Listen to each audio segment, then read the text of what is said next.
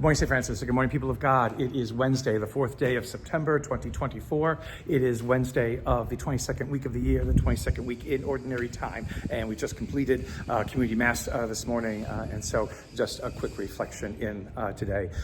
Letter to the Corinthians continues. And here, Paul is experiencing divisions within the Corinthian community as to who follows who, because whose words are more inspiring than Jesus's. And again, some are following Paul, some are following this man called Apollos, some are following other people, and Paul has to have everybody remember that it is God, it is Christ, again, who is the core and the source of this movement, and we need to be able to remember that and never be distracted by liking, those who speak in God's name, or those who speak in Christ's name better than Christ himself, which is always a very interesting kind of a thing, because people can come to like priests more than they like Jesus, or people can come to like priests more than like other priests, and that kind of sets up all kinds of division. Seeing, the gift of being able to open up a heart and a mind, being able to help the faithful, those of us among the faithful, realize the more about ourselves, the more about our lives.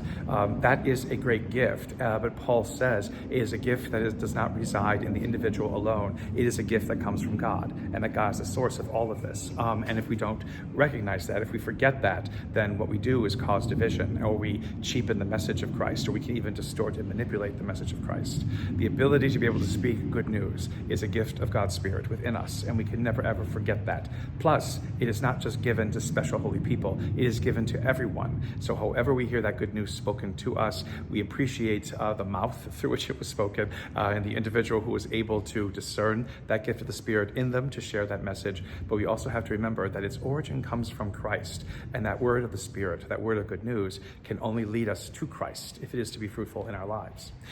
In the gospel today, Jesus continues his mission in Galilee and around the Sea of Galilee at the beginning of Luke's gospel. And here we have him leaving the synagogue in Capernaum and going to visit Peter and his family. And Peter's mother-in-law is sick with fever. He heals her. She makes them a good feast, a nice lunch. And then people want to come because Jesus is healing left and right. And so let's get him to heal everything, and let's keep him here. But then Jesus basically says, no, I must go because I've got to go and visit other people, because this is why I've come, is to help more and more people and not just a certain group.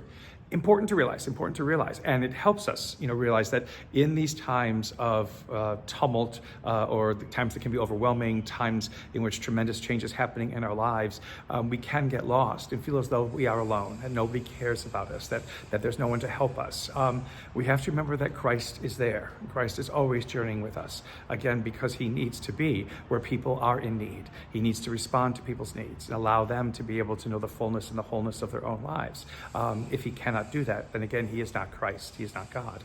So remembering that we don't journey alone, remembering that we journey with Christ, enables us then to perhaps be of support to one another in even more wonderful ways, because if it is Christ again that works within us, as it is Christ who is speaking through us to others, then it is that we can offer that support, that nurturing, that care, that journeying with that so many people need in our lives in this world.